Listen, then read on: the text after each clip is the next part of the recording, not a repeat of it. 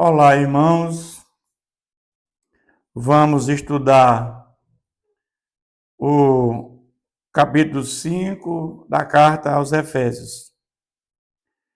Este capítulo ele é continuidade do capítulo 4, quando Paulo faz exortações à santidade.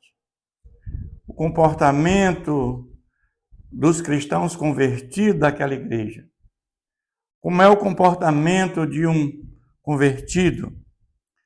Que não deve mentir, ele deve ter uma vida plena em comunhão com o Senhor, não deve furtar, deve trabalhar, deve acudir ao necessitado, não entristecer o Espírito Santo, fazendo obra vontade da carne. Ele continua dizendo: sede, pois, imitadores de Deus, como filhos amados. Ou seja, sejam imitadores de Deus, ou seja, Deus é a nossa referência, nosso paradigma. Nós devemos ser parecidos com Jesus. E andeis em amor, como também Cristo nos amou. E se entregou a si mesmo por nós, como oferta e sacrifício a Deus em aroma suave. Então, como é difícil, eu sei que andar em amor, como também Cristo nos amou. Jesus nos amou de forma incondicional, nós ainda pecadores. Então, Ele quer que nós amemos ao nosso próximo. Quando Jesus pega os 10 mandamentos do Decálogo, os 4 primeiros, Jesus transforma no amor a Deus. E nos 6 últimos, o amor ao próximo. Quando ele começa, honra pai e mãe, não matarás, não adulterarás, não furtarás, não levantar a face de mulher ao próximo e não cobiçarás. Então, isso aí ele fala do amor ao próximo. Então, é isso que ele está aqui, levantando aqui, como oferta de sacrifício a Deus, em aroma suave. Mas ele vai, a partir do versículo 3, falar do fruto da luz e das obras das trevas. Mas a impudícia, que é a imoralidade, e toda a sorte de impurezas, ou cobiça, nem sequer se nomeia entre vós como convém aos santos. Ou seja, você nem fale disso. Esse tipo de conversa não é conversa para crente. Moralidade, impureza, cobiça, essa não é a conversa, nem sequer nem fale nisso. A conversa do crente é outra. Nem conversações torpes, nem palavras vãs, chocarrices, que é a chacota, é o deboche, coisas essas inconvenientes, antes, pelo contrário, ações de graça. Ou seja, falar de ações de graça, falar agradecimento a Deus pelo que Ele fez pela nossa vida. Sabeis, pois, isto, nenhum incontinente, aquele que não se controla, ou o impuro, o avarento, aquele que ama o dinheiro, o suvino, que é idólatra, tem herança no reino, não tem herança no reino de Deus. Olha como isso aqui é importante, irmãos. Aqui está Paulo falando claramente que esse tipo de gente não entra no reino de Deus. Nós temos que ter muito cuidado com a nossa caminhada de fé. De uma relação muito forte com Deus. E tudo isso aqui, o avarento, o idólatra, o incontinente, todas essas pessoas aqui que vivem na imoralidade, ele não faz parte do reino de Deus. Ninguém vos engane com palavras vãs, porque por estas coisas vem a ira de Deus sobre os filhos da desobediência. Então, quando a gente anda em comunhão com Deus, em obediência a Deus, nós recebemos bênçãos sem medida, como está em Deuteronômio. Mas aqueles que andam fazendo a vontade da carne, mentindo, fazendo tantas coisas erradas, vem o verdadeiro castigo. Muitas vezes estão fazendo coisas em nome de Deus, mas na realidade não estão fazendo. Estão fazendo coisas que não agrada a Deus. E esses receberão merecido castigo.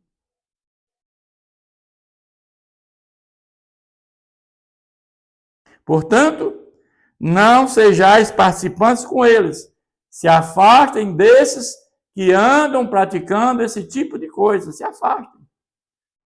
Porque esses não têm nada a nos acrescentar.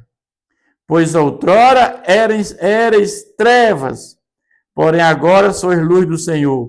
Andais como filho da luz. Jesus é a luz do mundo. Quando você anda na luz, você sabe para onde é que você está indo. Você não vai cair no abismo, porque a luz clareia. A luz mostra o seu norte, mostra para onde é que você está indo. Ao passo que as trevas é a escuridão. E nas trevas você não sabe para onde é que está indo. Imagina na escuridão, você não sabe para onde está indo. Você vai cair no abismo.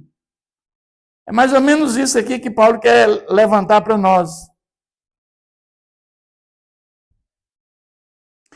Porque o fruto da luz consiste em toda bondade e justiça e verdade. O fruto da luz, Jesus é a luz do mundo. E aí consiste em bondade, justiça e verdade. Jesus disse: eu sou o caminho, eu sou a verdade, eu sou a vida. Não há salvação fora de Jesus, porque ele é o caminho, o único caminho para chegar à salvação é Jesus. Ele é a verdade, nele não há mentira. E eu sou a vida. Em Jesus há vida eterna e vida abundante. E vida abundante no sentido que você recebe o fruto do Espírito Santo. Amor, alegria, paz, longanimidade, benignidade, fidelidade, mansidão, domínio próprio. Isso é vida abundante. Uma vida em amor com a sua família e com os irmãos. Paz, alegria de viver. Tudo isso é uma vida abundante que Deus nos garante. Provando sempre o que é agradável ao Senhor. E não sejais cúmplices de obras infrutíferas das trevas, antes, porém, reprovai-as. Não seja cúmplice dessas pessoas que andam fazendo maldades, que andam fazendo coisas reprováveis. Não seja cúmplice disso. Ao contrário, exorte, ou se afaste delas. Se elas não querem vir para Deus, você exortando, que elas vivam a vida delas. Para você não se contaminar. Porque o que eles fazem ao culto, o só referir é vergonha. Mas todas as coisas, quando reprovadas pela luz, se tornam manifestas. Porque tudo que se manifesta é luz. Então a luz clareia. Não há nada escondido quando você anda. Não tem como esconder. Jesus é luz. Jesus é onisciente, onipotente, onipresente. Se você for lá no fundo, Jesus vai ver. Lá no céu ele vai ver. Não se esconde nada de Deus. O homem vê a aparência, mas Deus vê o coração. Então ninguém faz nada escondido de Deus. Nada. Pelo que diz: desperta, ó tu que dormes. Levanta-te.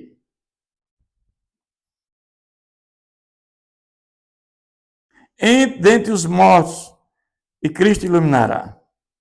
Levanta-te dentre os mortos, e Cristo iluminará. Ele fala da questão da vivificação do tamanho espiritual. E depois de vivificado, depois que você é vivificado pelo Espírito Santo, Cristo te iluminará. Ele agora vai iluminar teu caminho nos processos chamados santificação. E nós vamos agora ter uma vida, vamos ter problemas, sim. Evidentemente, nós estamos aqui, vamos chegar lá no final, e esse processo de santificação só termina com a nossa morte. Enquanto nós formos aqui santificados, nós estamos sendo pecadores. Até o último dia da nossa vida, continuamos pecadores. Mas nós estamos sendo santificados, estamos sendo parecidos com Jesus. É o Espírito Santo nos guiando. Vamos encontrar espinho no caminho, o inimigo quer nos derrubar, vamos ter a opressão do inimigo, mas o Espírito Santo vai estar firme na nossa vida. Porque nós vamos chegar ao final, alcançando a vitória e vamos ter a vida eterna. Louvado seja Deus por tudo isso. Portanto, sede prudentemente como andais, não como necios, não como tolos, e sim como sábios. A sabedoria que vem do alto, que vem de Deus. O que é a sabedoria, irmãos? É a arte de viver a vida em todas as áreas do domínio de Deus. Como é que nós conseguimos sabedoria que vem do alto? Cultivando o temor ao Senhor é o princípio da sabedoria. Reconhecendo que Deus é o nosso Criador e que em tudo dependemos de Deus. Sem Ele nada podemos fazer. Esse é um método que nós conseguimos sabedoria que vem do alto. Remindo o tempo, porque os dias maus, por esta razão, não nos torneis insensatos, mas procurai compreender qual a vontade do Senhor, qual a vontade do Senhor na nossa vida. E não vos embriagueis com vinho, no qual há dissolução. Por que Paulo fala isso aqui? Porque a embriaguez é pecado. Porque na embriaguez você não tem a consciência do que está fazendo.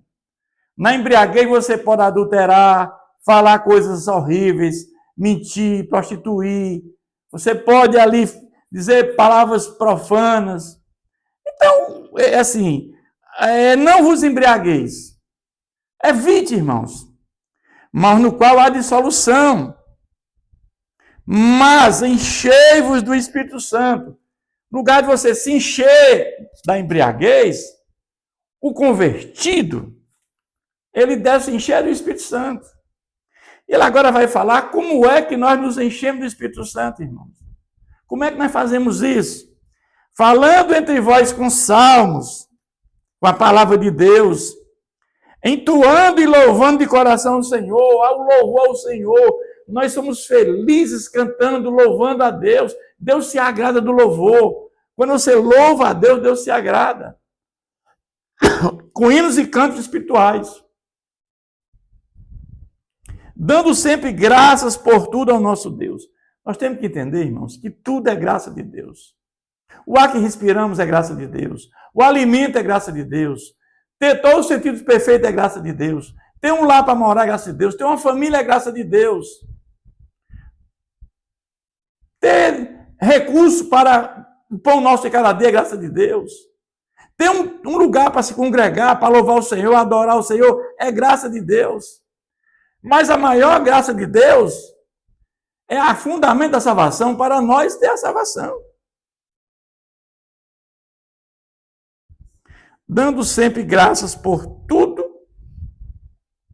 ao nosso Deus e Pai, em nome do nosso Senhor Jesus Cristo. Sujeitando-vos uns aos outros no temor de Cristo. Sujeitando-vos uns aos outros. Muitas vezes as pessoas não querem mais ser obedientes aos seus líderes, ao pastor, à liderança da igreja, a uma exortação. As pessoas não aceitam isso, mas o sujeitando-se no sentido que para o crescimento espiritual. É isso que nós devemos entender. Mas aqui Paulo agora vai falar a partir do versículo 22 do lar cristão. É o marido e a mulher. Ele vai dizer, as mulheres sejam submissas a seu próprio marido, como o Senhor. Porque o marido é o cabeça da mulher, como também Cristo é o cabeça da igreja, sendo esse mesmo salvador do corpo. Não é aqui que a mulher tem uma submissão, no sentido dela ser submissa, porque na realidade, Deus criou a mulher para ser ajudadora do homem.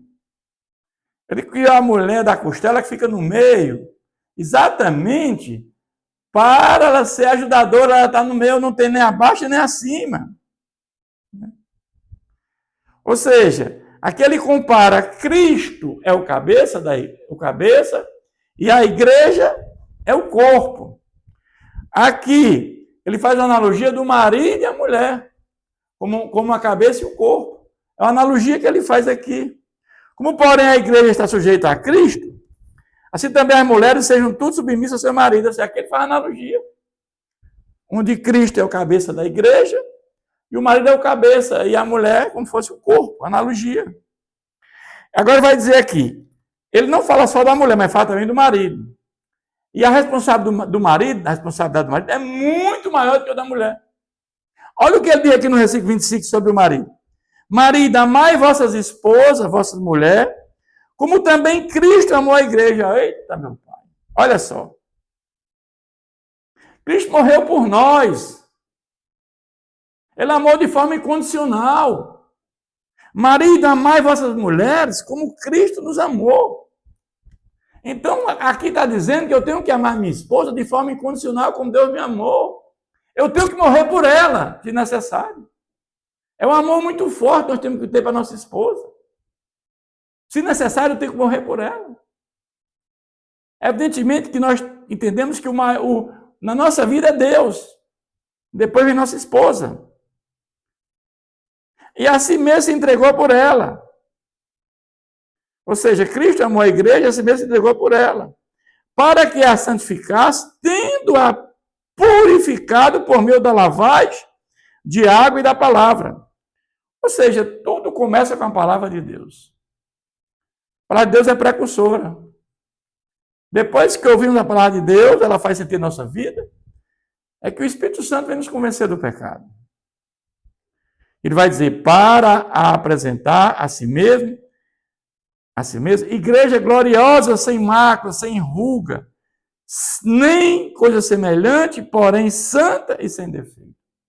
Ou seja, a igreja de Cristo, a igreja regenerada, a igreja salva, a igreja invisível, a igreja que Deus vê, não a igreja visível que o homem vê. Essa igreja tem que se apresentar sem mácula, santa e sem defeito. Ou seja, a igreja invisível, aquela que Cristo vê, o corpo, a alma e o espírito de cada membro dessa igreja tem que estar irrepreensível para a vinda do Senhor Jesus.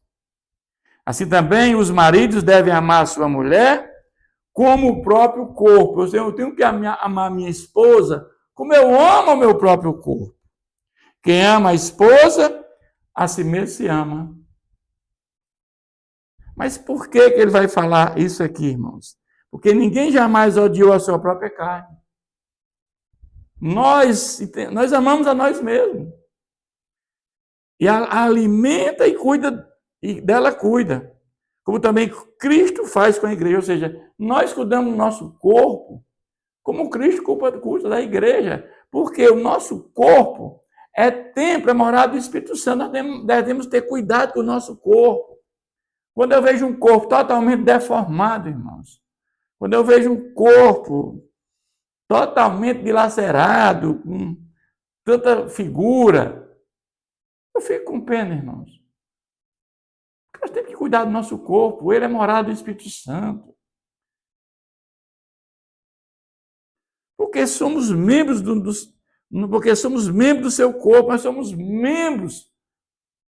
o corpo de Cristo.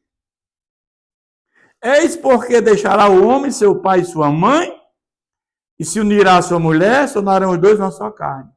E aqui está a explicação, né? Porque eu devo cuidar do meu próprio corpo. Por quê? Porque você deixa pai, deixa mãe, e se unirá à sua mulher, e os dois formam uma só carne. Grande é esse mistério, mas eu me refiro a Cristo e à igreja. Ele vai concluir esse capítulo dizendo: não obstante, vós, cada um de per si também, ame a própria esposa, como a si mesmo, e a esposa respeite o seu marido. Então, aqui há uma... entre o marido e esposa, eu diria que os dois têm que haver um respeito mútuo, certo? Respeito e amor. Este é o grande segredo para um casamento duradouro, para uma família. ela tem que ser edificada na rocha, essa rocha é Cristo. Quando você não tem a família, a mulher e o marido, o casamento edificado na rocha, não? Então, isso dá brecha para que o inimigo venha destruir a família. O cuidado que nós temos que ter para que esse lar cristão, esse lar, ele seja edificado na rocha. É isso que Paulo fala neste capítulo para essa igreja de Éfeso. Que Deus nos abençoe sempre.